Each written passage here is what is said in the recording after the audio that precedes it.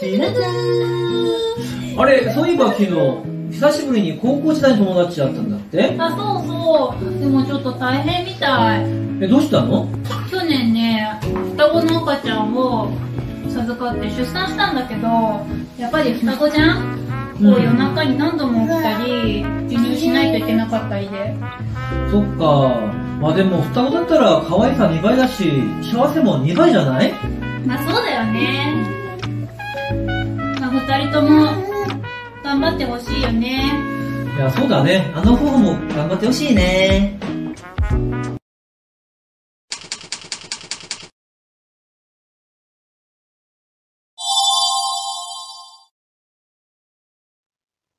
자, 오늘은 한자편 파트 1의 8번째 시간입니다. 파트 1에서는 손, 또를 의미하는 한자, 맞다와 관련된 한자들을 소개해드리고 있는데 지난 시간까지 39개의 한자를 이미 선보여드렸고요. 자, 그럼 이번 시간에는 새롭게 5개의 한자를 소개해드리도록 할 텐데 자세한 내용 다음 페이지에서 살펴보도록 하겠습니다. 자, 오늘 소개해드릴 5개의 한자를 보고 계신데 손을 의미하는 맞다가 모든 한자들 속에 공통적으로 포함되어 있어요. 그럼 첫 번째 한자부터 살펴보도록 하겠습니다.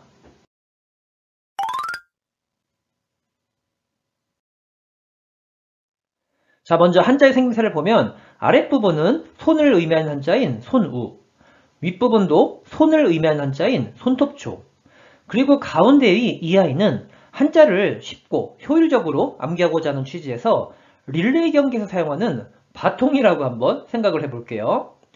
그리고 참고로 손톱조는 단독으로 쓰면 이와 같은 모양을 하는데 무언가를 핥히고 있는 손톱 모양 떠올리시면 좋다고 이미 6번째 시간에서 설명드린 적이 있습니다. 자, 그럼 스토리텔링입니다. 지금 한창 릴레이 경기가 열리고 있는 중인데 지금 막 앞에 있는 선수가 손을 뒤로 내밀어서 뒷선수가 손으로 건네고 있는 저 빨간색 바통을 받고 있는 장면이에요. 자, 그럼 질문입니다. 이와 같이 릴레이 경기에서 앞에서 달리는 선수는 손에서 손으로 바통을 어떻게 해야 하나요? 정답은 던지시면 안 되고 바통을 받아야겠죠? 따라서 이 한자는 받을 수라는 한자가 됩니다. 자, 이 한자 뜻으로는 受ける、受ける 또는 受かる、受かる 로 발음해주고 한편 음으로는 じゅ、じゅ 라고 읽어줍니다. 자, 그럼 음도고에 먼저 소개해 볼게요.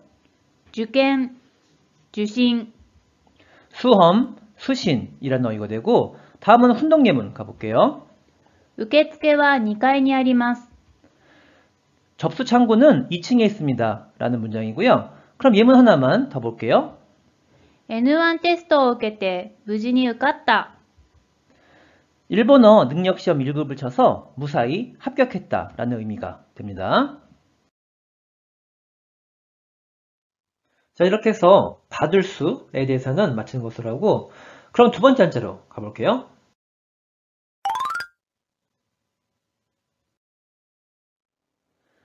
자, 먼저 한자의 생김새를 보면 방금 전에 소개해드렸던 받을 수에 손수가 더해져 있네요.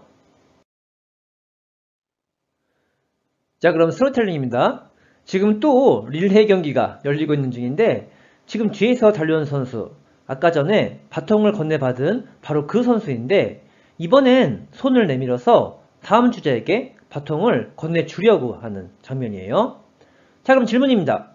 이와 같이 아까 전에 바통을 건네받은 선수는 다음 주자에게 손으로 바통을 어떻게 해야 되나요? 정답은 바통을 줘야겠죠? 따라서 이 한자는 줄수라는 한자가 됩니다. 자, 이 한자 뜻으로는 授ける、授ける 또는 授かる、授かる 로 읽어주고요. 한편 음으로는 じゅ、じゅ 라고 짧게 읽어줍니다. 자, 그럼 음도거의 먼저 소개해 볼게요. 授業、伝授、授与 수업, 전수, 수여라는 어휘가 되고 다음은 훈독예문 가볼게요. 神様が大切な命を授ける 신이 소중한 생명을 하사하시다 라는 문장으로서 사즈케루가 타동사로서 쓰이고 있다는 점을 메모해 주시고 다음 예문은 神様から大切な命を授かる。 신으로부터 소중한 생명을 하사받다는 문장으로서 이번엔 사주카루가 자동사로서 쓰이는 문장이 됩니다. 그럼 이렇게 해서 줄수는 마치는 것을 하고 그러면 세 번째 한자로 넘어가 보도록 할게요.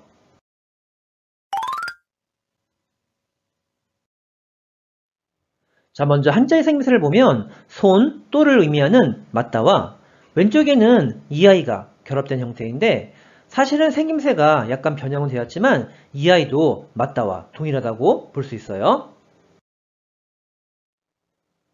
자, 그럼 스토리텔링입니다. 지금 누군가의 두 손이 보이는데 오른손과 왼손을 펼치고 있는 장면이네요. 자, 그러면 초등학교 1학년 산수 문제입니다. 이와 같이 오른손 한 개랑 왼손 한 개를 더하면 다 합해서 몇 개가 될까요? 정답은 두 개죠. 따라서 이 한자는 둘쌍이라는 한자가 되는데 또한 두 손은 하나의 쌍을 이루고도 있기 때문에 이 한자를 쌍쌍이라고도 합니다.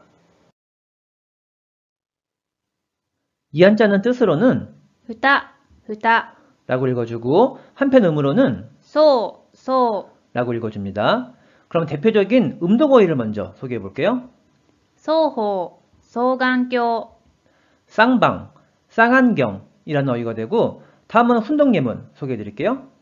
かわいい双子が生まれました。 귀여운 쌍둥이가 태어났어요 라는 문장이 됩니다.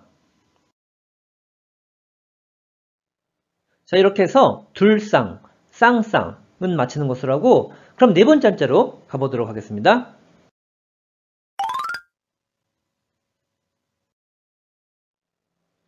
먼저 한자의 생김새를 보면 손, 또를 의미하는 맞다와 왼쪽에는 이아이가 결합된 형태인데 이아이를 우리말의 왜라고 한번 생각해 볼게요. 물론 우리말에 왜 일리는 없지만 한자를 재밌고 효율적으로 암기해보자 하는 취지에서 이렇게 간주해보자는 말입니다. 자, 그러면 스토리텔링입니다. 지금 어떤 투자가가 주식 차트를 보면서 주식 투자하고 있는 중인데 웬걸? 갑자기 주가가 껑충 하고 뛰어올라서 예상외로 엄청나게 큰 손맛, 즉 수익을 거둔 장면이에요. 자, 그럼 문제입니다. 이와 같이 이 투자가는 주식 투자로 예상 외의 손맛을 어떻게 하게 됐나요?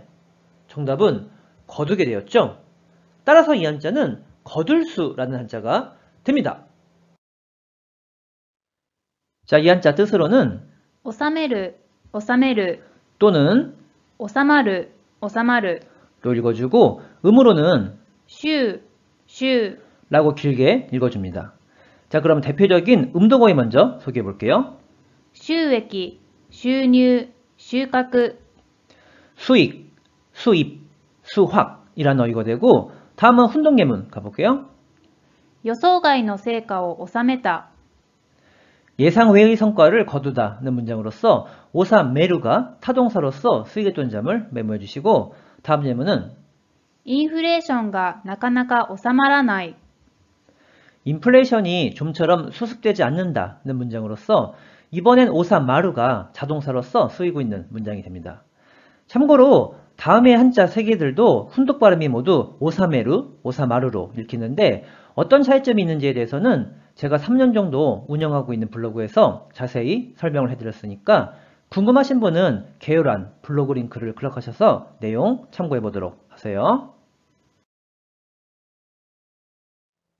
자, 이렇게 해서 거둘 수는 마치는 것을 하고 그럼 오늘의 마지막 한자로 가보도록 할게요.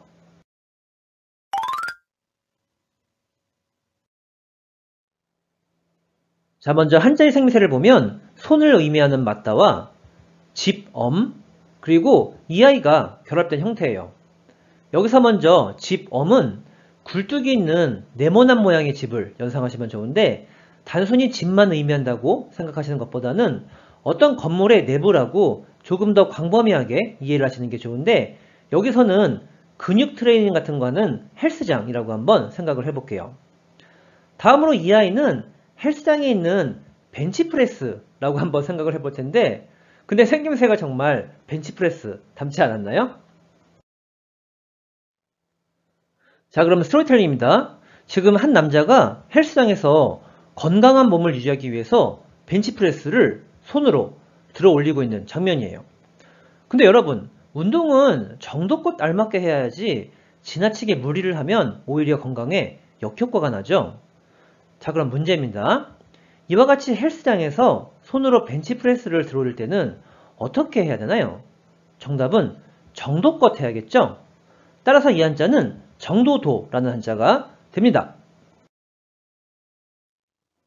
자, 이 한자 뜻으로는 旅、旅、 로 읽어주고 음으로는 ど、ど、 라고 있는데 예외로서 たく、たく、 라고도 읽어줘요.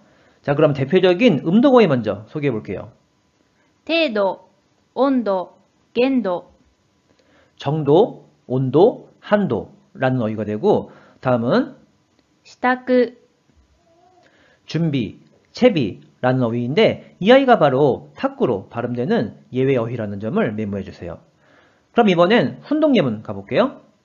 たびたびすいませんが、 번번이 미안한데요 라는 문장이 되고 다음은 彼は会うたびに日本語が上手くなっている。 그는 만날 때마다 일본어가 늘고 있다는 문장인데 이와 같이 조사 니가 붙어서 뭐뭐 할 때마다 라는 문법으로서 쓰인다는 점도 함께 메모해 주시길 바랍니다.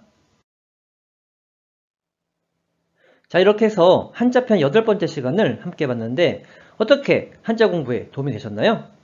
그럼 마지막으로 내용 정리 함께 보도록 하겠습니다.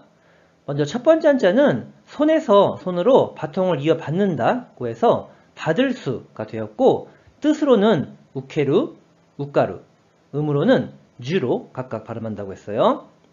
다음으로 두 번째 한자는 손으로 건네받은 바통을 이번에는 다음 주자에게 건네준다고 해서 줄 수가 되었고 뜻으로는 사즈케루, 사즈카루, 음으로는 쥐로 발음한다고 했어요.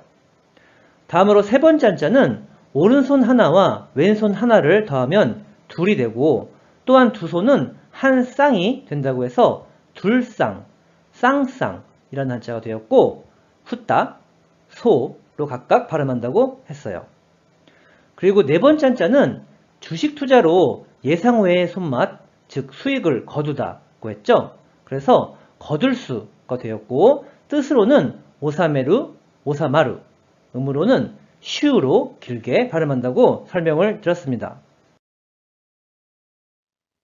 자, 마지막으로 다섯 번째 한자는 헬스장에서 손으로 벤치프레스를 들어 올릴 때는 무리하지 말고 정도껏 해야 한다고 했죠. 그래서 정도도라는 한자가 되었고 뜻으로는 타비, 음으로는 도로 발음하는데 예외 발음으로서 탁구도 있다고 설명을 드렸습니다. 자, 이렇게 해서 오늘도 일본어 한자 공부 수고 많이 하셨고요.